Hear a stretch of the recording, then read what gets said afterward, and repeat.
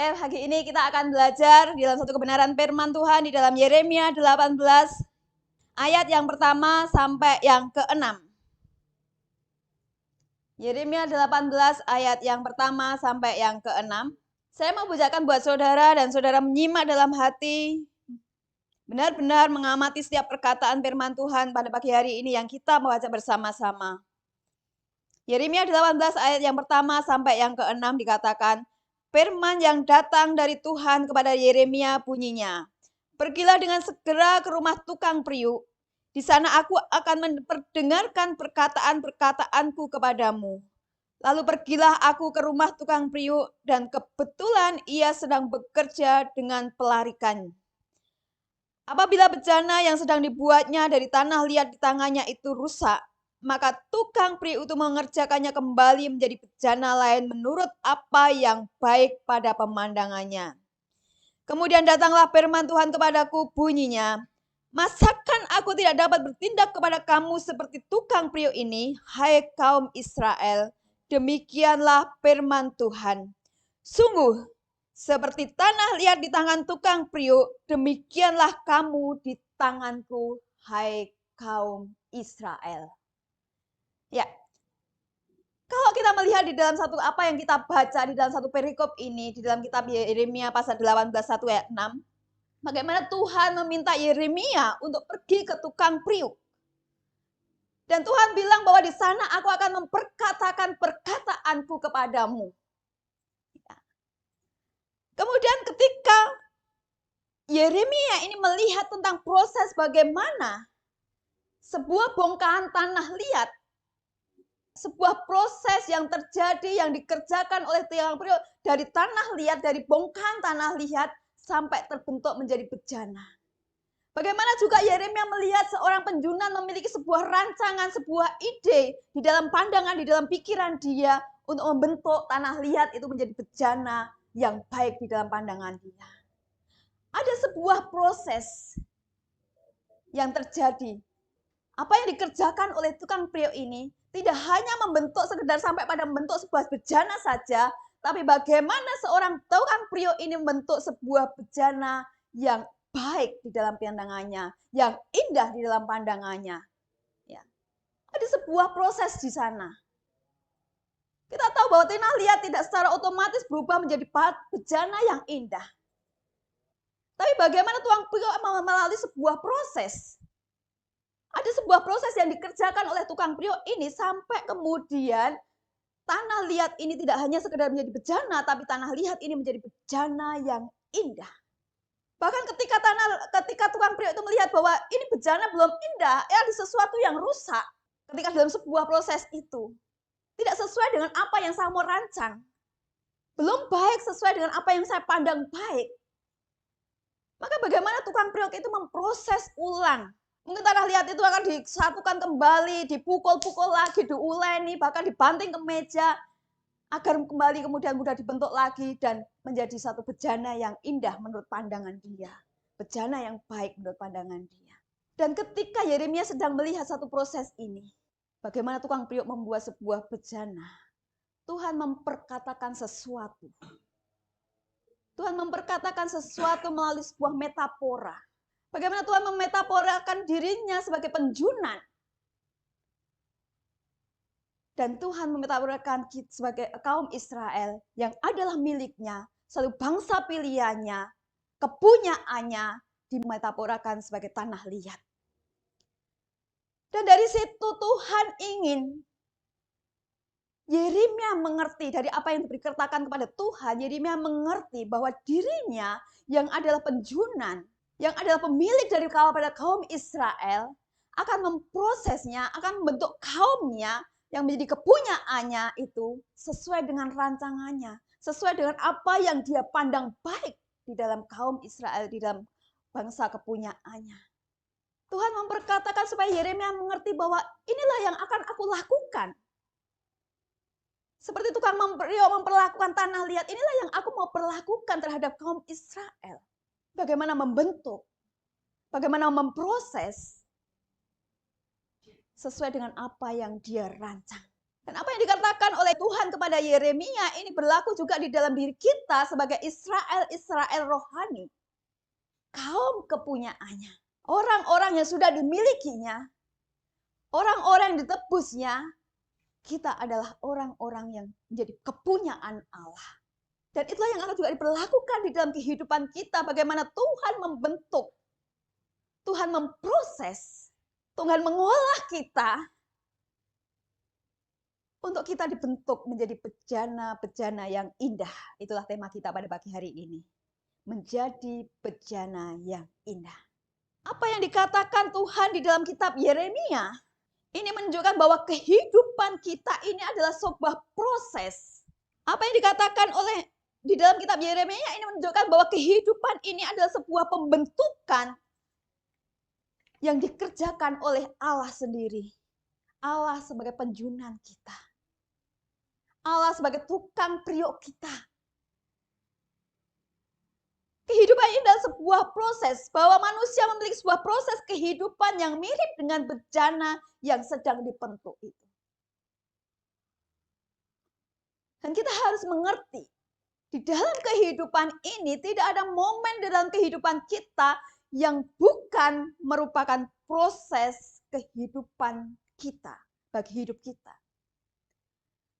Tidak ada satu momen pun yang bukan merupakan sebuah proses di dalam kehidupan kita. Setiap momen merupakan bagian dari proses kehidupan kita. Bagaimana kita dibentuk untuk menjadi bejana yang indah. Melalui apapun yang Tuhan izinkan terjadi dalam kehidupan kita. Ini adalah sebuah proses di dalam kehidupan kita. Inilah sebuah bagaimana apapun yang terjadi yang Tuhan izinkan terjadi dalam kehidupan kita. Tidak ada yang terlewatkan untuk Tuhan berperkara di sana. Untuk Tuhan sedang mengolah sesuatu di sana. Untuk Tuhan sedang membentuk kita di sana. Tidak ada satu momen pun tanpa Tuhan berperkara. Inilah yang perlu kita ngerti. Apapun itu. Apakah itu dalam satu ketika Tuhan mengizinkan sakit seperti apa yang dialami oleh Gaby dan Bu Amel dan semuanya ya. Dan saya tahu bahwa proses pembentukan ini akan membuat apa yang Tuhan izinkan sebagai suatu proses pembentukan yang membuat mereka semakin indah. Menjadi bejana yang indah. Apa itu menjadi bejana yang indah? Kalau kita bicara tentang bejana yang indah, itu bicara pribadi yang memiliki suatu karakter ilahi. Kita menjadi pribadi yang berkarakter ilahi.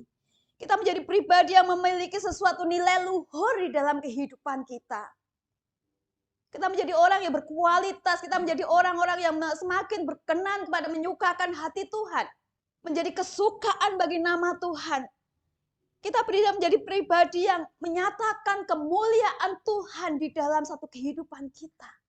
Di mana ada sebuah kesaksian yang keluar terus di dalam kehidupan kita dan Tuhan orang lain melihat ada sesuatu yang begitu luar biasa, ada sesuatu yang indah. Yang itu menjadi sebuah kesaksian yang hidup yang bisa dilihat oleh orang banyak. Menjadi pribadi yang semakin kita hari semakin jadi berkat. Itulah suatu bejana yang indah. Dan saya percaya melalui satu proses yang Tuhan bentuk, bentuk melalui satu apa yang dialami oleh Bu Amel dan Gaby. Saya percaya bahwa kehidupan mereka akan semakin menjadi berkat bagi banyak orang. Amin.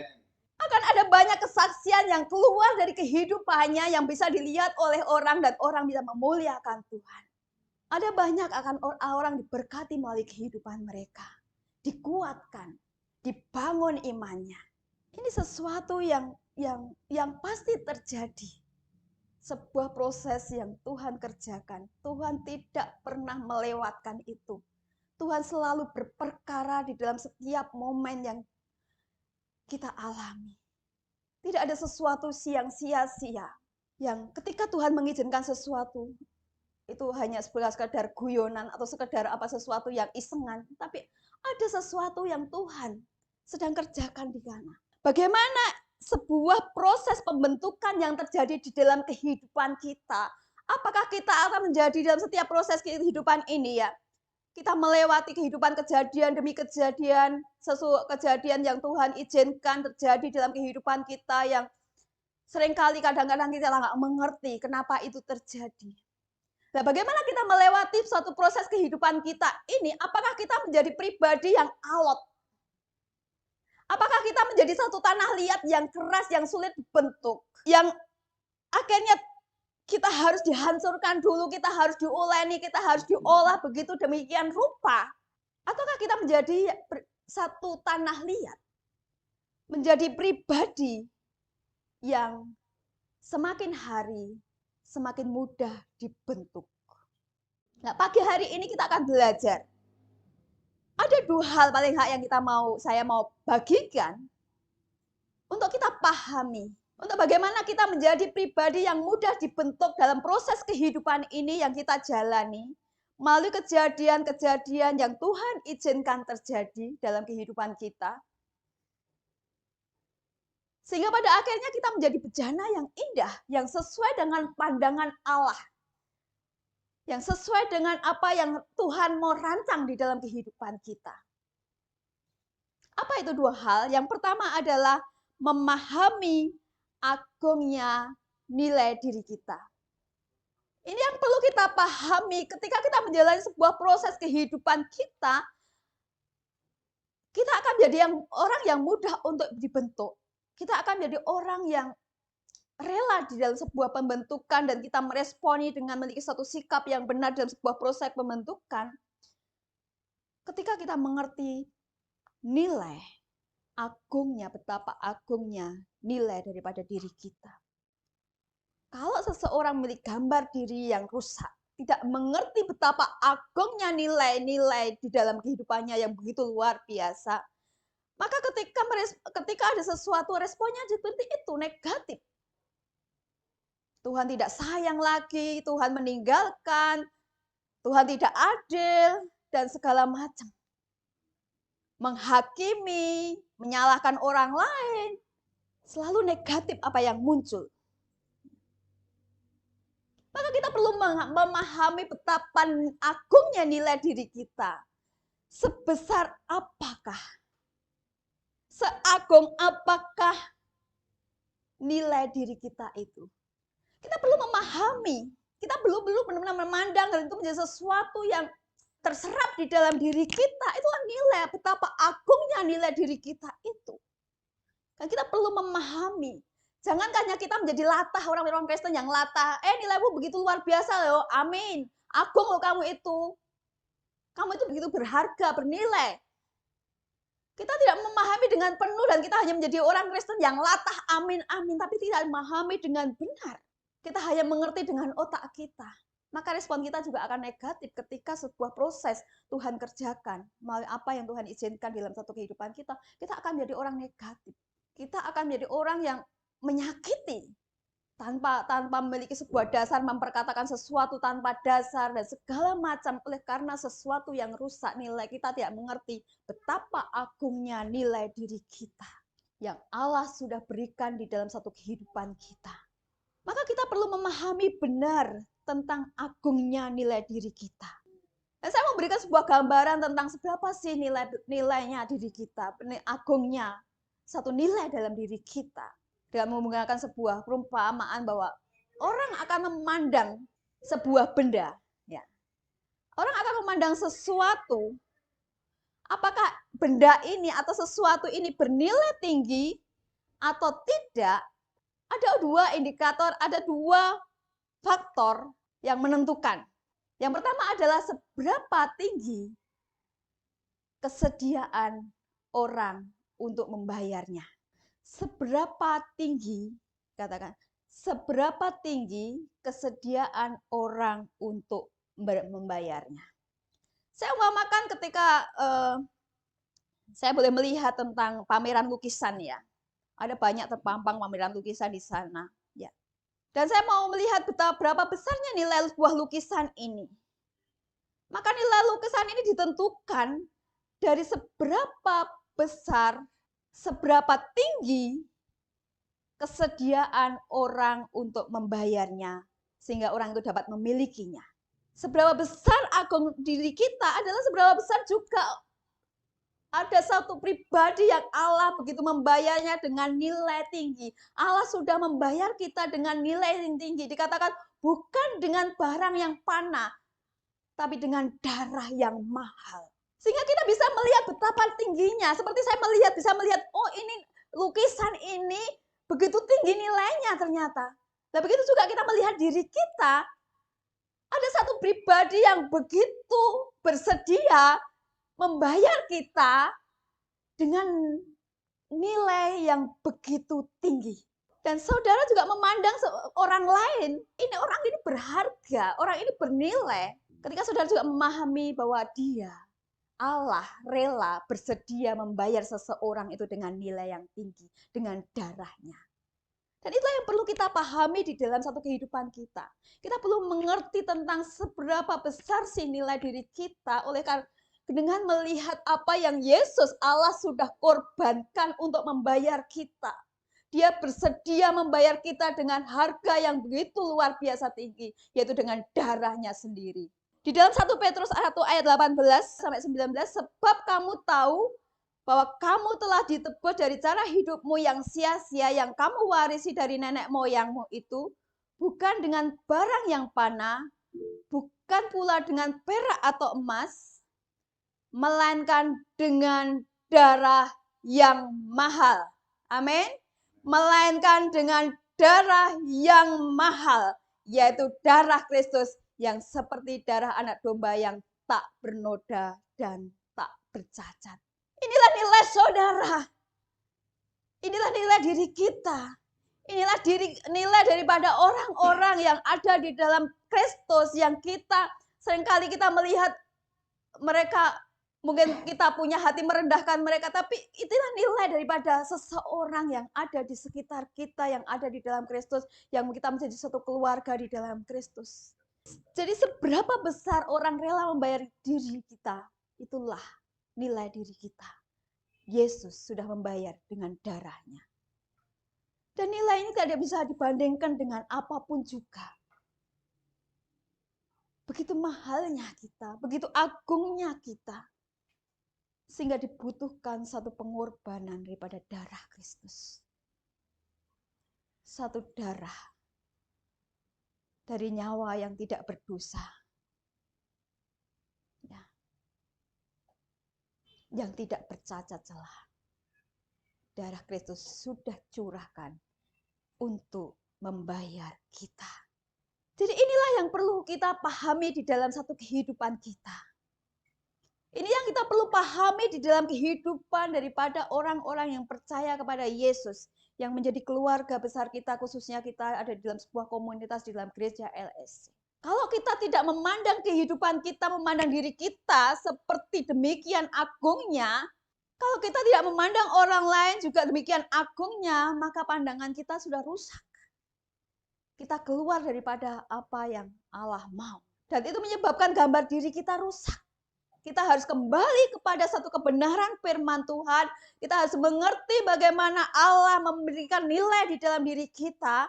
Dia membayar kita dengan darah yang mahal. Dan itulah yang membuat kita begitu beragungnya nilai diri kita. Begitu berharganya nilai diri kita. Faktor yang kedua, apa yang membuat seseorang atau yang membuat sebuah benda, yang saya katakan dengan benda tadi, apa yang membuat sebuah benda itu menjadi mahal? Yang kedua adalah, faktor yang kedua adalah siapa yang memilikinya. Seringkali kita melihat sebuah benda yang itu sederhana, yang begitu mungkin lusuh buat kita, tapi benda itu memiliki nilai yang begitu tinggi.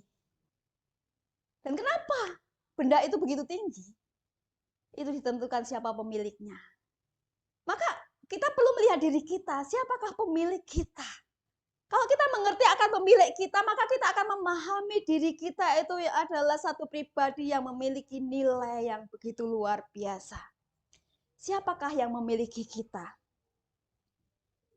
Di dalam 1 Korintus 7 ayat 23 dikatakan, kamu telah dibeli dan harganya telah lunas dibayar. Kita adalah milik Allah, amin. Kita telah dibeli dan harganya telah lunas dibayar. Kita menjadi milik Allah, kita sudah ditebus, kita sudah dibeli dengan harga yang lunas dibayar oleh Allah. Dan kita menjadi milik Allah. Tuhanlah yang memiliki kita. Dan itulah yang dapat kita pahami, seperti kita memahami kenapa sepatu yang lusuh itu berdiri tinggi oleh karena pemiliknya. Kita bisa melihat diri kita sendiri. Ya mungkin saudara melihat, apa sih saya ini? Apa yang saya miliki? Saya dari mana sih? Tapi kita mau melihat daripada siapakah pemilik saya ini. Saya adalah milik Kristus. Saya adalah milik Allah, dan itu yang menentukan betapa agungnya nilai diri kita. Amin. Ya. Kita bukan barang murahan. Karena Yesus untuk memilikinya, untuk kita menjadi memilikinya, dia harus membayar dengan harga yang mahal, yaitu darahnya. Maka itulah juga kita perlu memandang kepada orang lain sebagai satu keluarga di dalam Kristus. Betapa agungnya nilai mereka di dalam hidup kita. Maka bagaimana kita punya tanggung jawab di dalam kehidupan kita ini. Ya. Kita punya tanggung jawab terhadap orang-orang yang memiliki mereka bernilai. Memberikan sesuatu dukungan, berupa membawa sebuah support, membawa bagaimana menjadi pendamping, menjadi seorang yang ada untuk mereka. Karena mereka memiliki sebuah nilai yang begitu agung. Bukan satu apa yang kita keluarkan sesuatu yang melecehkan, bukan sesuatu kata-kata yang negatif, bukan sesuatu yang kita tidak mau pedulikan. Bukan. Kalau kita memiliki sebuah cara hidup yang demikian memperlakukan saudara kita, maka kita sedang meniadakan betapa agungnya nilai diri seseorang itu. Maka kalau itu pun kita tidak pahami bagaimana kita memberikan nilai dalam diri seseorang, maka kita sebetulnya dasarnya adalah kita juga tidak memiliki pandangan, tidak memahami betapa tingginya nilai di dalam diri kita. Betapa agungnya nilai di dalam diri kita. Maka berdasarkan dua hal di atas, kita perlu sadar. Kita perlu sesuatu yang terserap di dalam hati kita. Ada harga yang begitu mahal yang sudah dikeluarkan oleh Allah. Dan dia adalah pemilik kita. Dia yang memiliki kita. Kalau kita sungguh-sungguh memahami akan dua hal ini, dua faktor ini, maka kita tidak akan pernah membiarkan seseorang pun merusak nilai diri kita. Kita tidak mau dipengaruhi. Orang menyalahkan kita dengan apapun yang terjadi. Kita tidak akan membiarkan diri kita untuk tertekan dengan semuanya itu. Kita akan membiarkan sebuah penilaian tentang sebuah kesalahan-kesalahan yang disebutkan itu memberikan sebuah tekanan di dalam diri kita, membuat kita merasa tidak layak. Kita tahu tentang nilai diri kita, betapa berharganya diri kita. Sehingga kita akan tetap menjadi orang yang fight, tetap menjadi orang yang semangat. Karena kita tetap melihat betapa banyaknya kata-kata negatif, betapa banyaknya orang menyalahkan kita dengan apa yang kita nggak akan terpengaruh semuanya itu. Bisa menjadi sebuah koreksi di dalam diri kita, tapi tidak mempengaruhi tentang nilai diri kita. Tidak memberikan sebuah tekanan, tidak membuat kita menjadi orang yang kemudian down, tidak membuat kita menjadi orang yang minder. Kita harus kembali tentang satu kebenaran firman Tuhan. Kita harus benar-benar memahami apa yang Allah sudah kerjakan di dalam kehidupan kita, yang kita bisa lihat bahwa betapa bernilainya, betapa agungnya nilai daripada diri kita, bukan kata orang lain. Kita tahu bahwa di dalam kehidupan kita ketemu dengan orang-orang yang memiliki gambar diri yang rusak sehingga berkata-kata negatif, sehingga mudah sekali menghakimi, kita mudah sekali merusak diri seseorang dengan memperkatakan dengan hal-hal yang negatif, dengan tuduhan-tuduhannya. Tapi kita nggak mau. Ketika kita memahami akan satu kebenaran firman Tuhan, ketika kita benar-benar memahami tentang apa yang Tuhan sudah kerjakan di dalam satu kehidupan kita, maka kita tetap menjadi orang yang kokoh. Kita tidak menjadi orang yang senantiasa penuh semangat Senantiasa kita menjadi orang yang hidup karena kita mengerti nilai di dalam diri kita. Kalau kita memahami nilai daripada kita begitu agung, begitu luar biasa tingginya, dan kemudian membawa diri kita memiliki gambar diri yang benar, maka di dalam menghadapi sebuah proses kehidupan kita, ya, kalau kita memahami tentang diri kita benar, secara benar, kita punya gambar diri yang benar, kita mengerti tentang nilai yang begitu agung dan tinggi di dalam diri kita, maka ketika kita menghadapi sebuah proses kehidupan ini, sesulit apapun, sesakit apapun, ya, seberat apapun, ya, apapun yang Tuhan izinkan terjadi dalam satu kehidupan kita, dalam sebuah proses kehidupan ini, maka kita akan jadi pribadi yang mudah dibentuk. Kalau kita mengerti tentang agungnya, tingginya nilai daripada diri kita. Ya. Maka setiap proses yang Tuhan izinkan terjadi dalam satu kehidupan kita, apapun proses itu, sesulit apapun sekali kita akan jadi pribadi yang merespon dengan dengan hal yang positif. Kita akan menjadi pribadi yang mudah dibentuk. Pengampunan kita, belas kasihan kita. Ada orang-orang yang mengecewakan kita, itu Tuhan izinkan terjadi ketika ada orang-orang yang mengecewakan kita, ada orang-orang yang menghibet kita, ada orang-orang yang berkata-kata negatif tentang kita, ada orang yang memojokkan dengan kesalahan kita, dengan segala macam apa yang kita kerjakan. Dan itu sebuah proses yang kita mengerti bahwa itu sebuah proses di dalam kehidupan kita, apapun yang Tuhan izinkan. Sekali lagi, Tuhan tidak pernah melewatkan untuk Dia berperkara di dalam satu kehidupan kita.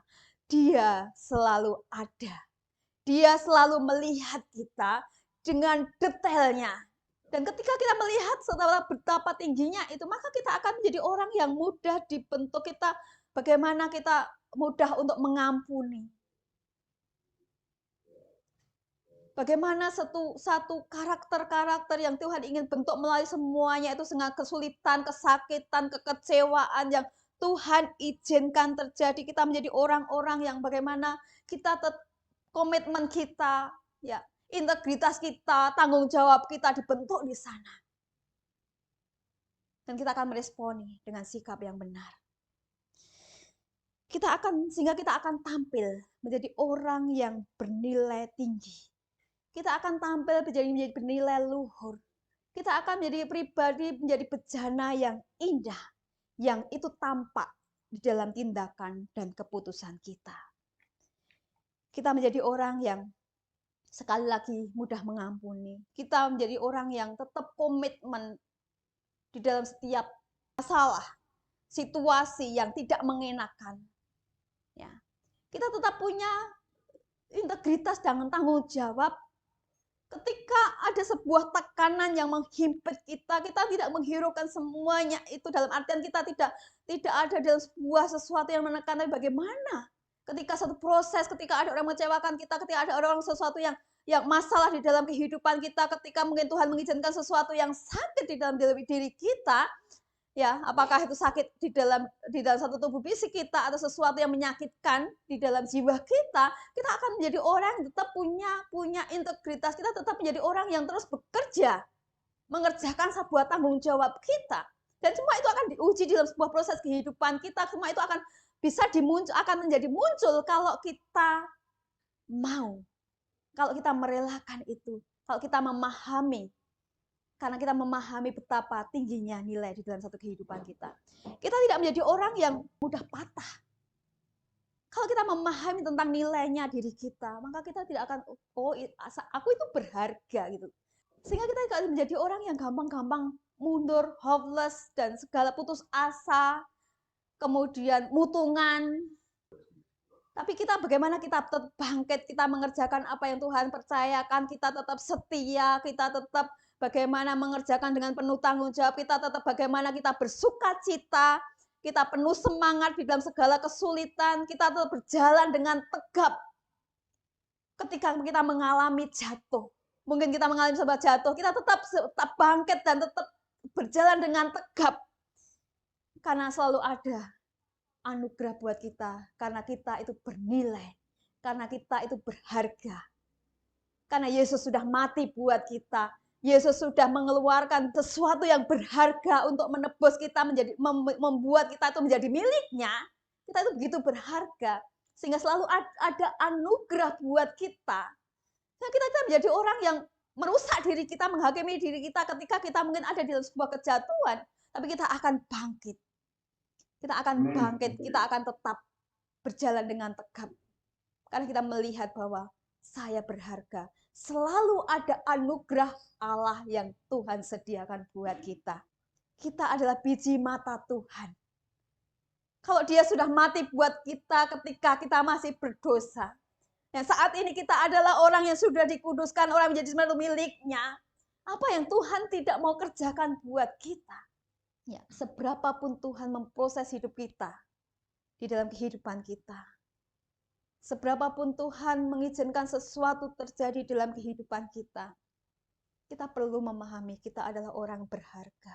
Kita adalah biji mata Tuhan. Maka menjadi sesuatu yang kita mau rela untuk dibentuk. Kita akan mengikuti sebuah proses itu dengan penuh sukacita. Kita akan mengikuti sebuah proses yang Tuhan izinkan, satu proses kehidupan yang Tuhan kerjakan di dalam satu kehidupan kita dengan tetap bersukacita. Tidak menjadi putus asa dengan masalah yang terjadi. Kita akan mengerti tentang nilai-nilai di dalam satu kehidupan kita. Hal yang kedua, kita akan menjadi suatu pribadi yang mudah dibentuk dan kita akan menjadi bejana yang indah seperti apa yang Tuhan rancang di dalam kehidupan kita. Maka ada hal yang perlu kita pahami. Yang kedua adalah memahami agungnya penjunan kita dan rancangannya bagi kita. Memahami agungnya penjunan kita dan rancangannya bagi kita. Kita baca di dalam Yeremia 18 tadi ayat 4 dikatakan, apabila bejana yang sedang dibuatnya dari tanah liat itu di tangannya itu rusak, maka tukang priok itu mengerjakannya kembali menjadi bejana lain menurut apa yang baik pada pandangannya. Dikatakan bahwa ketika tukang priok itu melihat tanah liat yang di tangannya itu rusak, maka tukang priok itu akan mengerjakannya kembali. Dikatakan demikian, dia akan mengerjakannya kembali. Dia tidak menjadi putus asa dengan tanah liat yang rusak itu. Dia tidak membuangnya. Tapi bagaimana dia akan mengerjakannya kembali menjadi bejana lain. Dikatakan demikian menurut apa yang baik pada pemandangannya.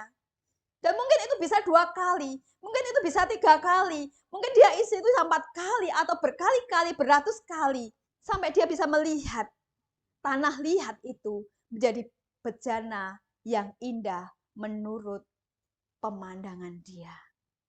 Dan Tuhan katakan, apakah aku tidak akan seperti itu terhadap kaum milikku? Apakah aku tidak bisa melakukan? Tuhan ingin bilang, aku pun akan mengerjakan demikian di dalam diri seseorang yang menjadi milikku. Yang menjadi kepunyaanku. Dia tidak akan menjadi putus asa dengan hidup kita. Allah tidak akan menjadi putus asa dengan kehidupan kita dalam sebuah proses kehidupan yang kita lalui. Ada saat-saat di mana kita menjadi tanah yang begitu liat, yang sulit dibentuk. Tapi Tuhan tidak pernah putus asa. Tapi betapa indahnya kalau kita memahami bahwa kita perlu menjadi tanah yang mudah untuk dibentuk. Karena semakin mudah kita dibentuk, maka semakin kita akan segera menjadi pribadi yang indah. Segera menjadi bejana yang indah.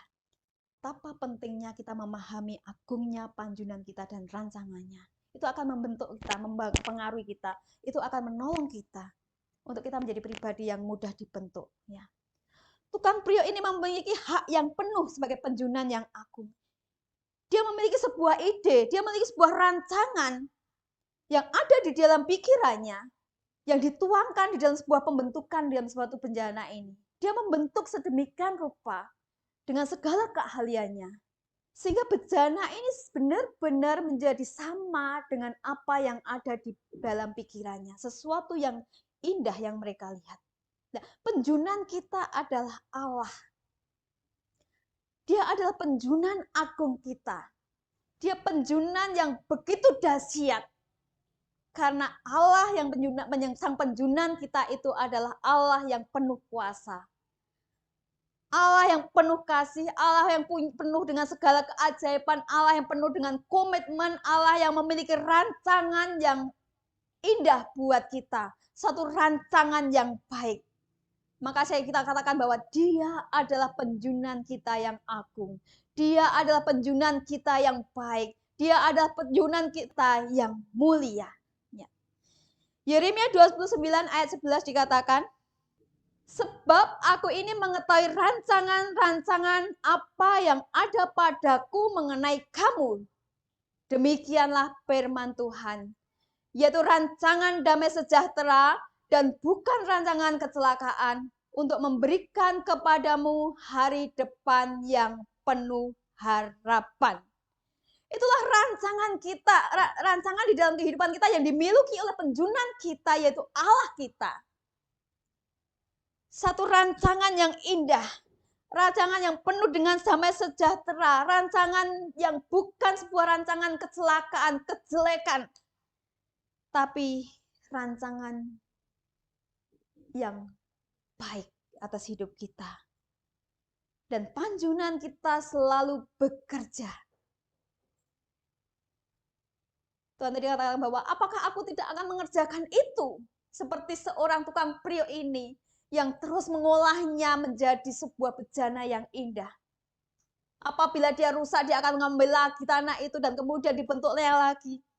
Demikianlah juga dengan Allah, sang penjunan kita. Dia akan bekerja terus, tiada berhenti, tidak memiliki rasa putus asa untuk menjadikan kita itu bejana yang indah. Tapi jangan kemudian kita punya pikiran, ya udah Tuhan nggak pernah putus asa, ya sudahlah, nggak apa-apa, saya jadi keras. Ya. Tapi bagaimana kita mengerti pentingnya bahwa kita perlu memiliki satu hati yang mau dibentuk, hati yang mudah dibentuk. Dia memang terus bekerja di dalam diri kita. Dia terus tidak pernah berhenti, dia tidak pernah putus asa dengan kehidupan kita. Dengan proses kehidupan kita, seberapa kita jatuh, seberapa kita mungkin memberontak, seberapa kita menjadi tanah liat yang keras, Tuhan tidak pernah berhenti memproses kita.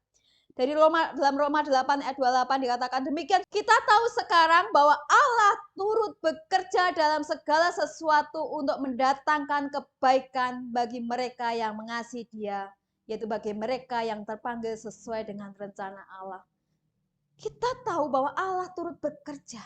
Dia terus bekerja di dalam segala sesuatu untuk memproses kita, membentuk kita menjadi sesuatu yang baik di dalam diri kita. Kita menjadi orang yang sesuai dengan rancangan Dia yang begitu indah. Kita menjadi pribadi yang bagaimana kita menjadi berkat bagi orang lain. Kita menjadi pribadi yang menyatakan kemuliaan Tuhan. Kita menjadi pribadi yang begitu berkarakter ilahi. Itu sebuah proses bagaimana Tuhan bekerja terus di dalam setiap proses dalam kehidupan kita. Untuk menjadikan kita baik adanya. Untuk kita menjadikan indah. Tuhan terus bekerja. Tuhan turut bekerja di dalam segala sesuatunya untuk mendatangkan kebaikan di dalam kehidupan kita. Ini bukan kebaikan masalah berkat, tapi berkat jasmani saja, tapi suatu kebaikan di dalam diri kita sepenuhnya. Bagaimana kita menjadi bejana yang indah, itu juga kebaikan yang perlu kita lihat. Bahwa itu kebaikan yang Tuhan mau rancang di dalam kehidupan kita, suatu bejana yang indah. Kalau kita boleh menjadi berkat, itu satu kebaikan yang Allah rancang di dalam satu kehidupan kita. Kalau kita memiliki sebuah belas kasihan, kita menjadi orang yang mudah mengampuni orang-orang mengecewakan kita, kita menjadi orang yang penuh dengan belas kasihan, maka itu sebuah rancangan yang indah yang Allah sedang rancang dan tetapkan di dalam satu kehidupan kita. Itulah rancangan yang baik yang ada di dalam ide Allah, di dalam diri Allah buat kita. Kita akan menjadi orang yang demikian. Maka penting untuk memahami betapa agungnya penjunan kita. Betapa tingginya, betapa baiknya rancangan Allah di dalam hidup kita. Maka kalau kita memahami perkara ini, maka kita akan menjadi orang yang mudah dibentuk. Ya, kenapa? Kita tidak menjadi orang yang terus-menerus komplain. Kenapa Tuhan kok izinkan terjadi? Tapi kita akan menjadi orang yang, oke Tuhan, aku tahu proses ini. Mari Tuhan bentuklah aku. Aku mau meresponi Tuhan. Kita tidak hanya berkata-kata bahwa kenapa Tuhan mengirimkan orang-orang yang demikian di dalam hidup saya mengecewakan. Tapi kita akan mengerti betapa, oke Tuhan, ini sebuah proses untuk membentuk sebuah pengampunan saya. Dan di sanalah Tuhan bekerja. Di sanalah Tuhan memperluas kasih kita. Sehingga kita menjadi orang yang, oke, aku mengampuni kamu. Bukan sekedar berkata-kata, tapi di dalam hati kita clean dan clear dengan kesalahan orang lain. Kalau Tuhan masih mengizinkan sesuatu itu terjadi, maka Tuhan melihat belum sesuai dengan apa yang saya mau rancang buat kamu, belum sesuai dengan ide saya, belum sesuai dengan ketetapan saya. Kita perlu menyadari bahwa ada sesuatu Tuhan ingin bentuk saya lebih lagi. Dan kita menjadi orang-orang yang oke Tuhan, bentuk aku. Dan kita percaya sesulit apapun, sepahit apapun yang kita hadapi, ada akhir yang indah. Karena apa? Rancangan Tuhan adalah rancangan kebaikan di dalam kehidupan kita. Dan mungkin kita ada sesaat kita mempertanyakan, tapi jangan kita tenggelam di sana. Mari kita bangkit. Ingat bahwa Dia punya rancangan yang indah buat kita. Ingat bahwa dengan penjunan Dia yang begitu agung, Dia maha kuasa, Dia penuh kuasa, sang penjunan kita adalah Allah yang penuh kuasa, Allah yang penuh komitmen dengan janjinya, Allah yang tidak mengingkari janjinya di dalam satu kehidupan kita. Kita tahu bahwa akhir dari semuanya itu adalah kebaikan kita. Jadi maka ingat itu senantiasa, bahwa Tuhan sedang bekerja, Tuhan ada, Tuhan menyertai kita, Tuhan peduli, Tuhan melihat begitu detail di dalam satu kehidupan kita. Dia bekerja, Dia berdoa, Tuhan Yesus bersahabat buat kita, Dia menopang kita. Dia mendengar kita. Tuhan menyayangi kita, Dia mengasihi kita. Dan itu sudah dibuktikan. Bagaimana Dia bersedia membayar dengan nilai yang mahal, dengan harga yang mahal. Dengan cara kematian yang terkutuk. Dengan darah yang tercurah. Kita harus mengingat semuanya itu, betapa sayangnya Dia kepada kita, betapa cintanya Dia kepada kita. Maka menjadi penting kita ada di dalam sebuah komunitas yang ada di dalam sebuah hubungan kekeluargaan. Sehingga kita tahu, ketika kita mengalami sesuatu, ada orang yang tahu dengan kita. Dan mereka bersedia menguatkan kita, bersedia mengingatkan kita betapa Tuhan mengasihi kita, bersedia mengingatkan kita betapa Allah peduli dengan saya. Ya. Sehingga saya tidak terpuruk di dalam sebuah keluh kesah, tapi saya bangkit. Ya. Ada orang-orang yang mengingatkan, ada orang-orang yang menopang, ada orang-orang yang berdoa. Inilah sesuatu yang perlu kita pahami. Rancangan Allah adalah rancangan kebaikan di dalam satu kehidupan kita. Rancangan adalah untuk membentuk kita menjadi bejana yang indah. Satu pribadi yang memuliakan Allah, satu pribadi yang berkarakter ilahi, satu pribadi yang terus menjadi berkat buat orang lain, satu pribadi yang terus menjadi satu kesaksian. Itulah rancangan Allah. Itulah bejana yang indah yang Tuhan ingin bentuk di dalam diri saya dan saudara. Mari kita terus ada di dalam kesatuan roh. Sehingga setiap kita boleh menjalani sebuah proses kehidupan ini. Dan kita akan melihat satu pribadi demi pribadi semakin indah dilihat, semakin indah menjadi bejana yang indah. Menjadi tempat kemuliaan bagi nama Tuhan, menjadi alat kemuliaan bagi nama Tuhan, menjadi sebuah kesaksian yang luar biasa di dalam kehidupan kita. Amin.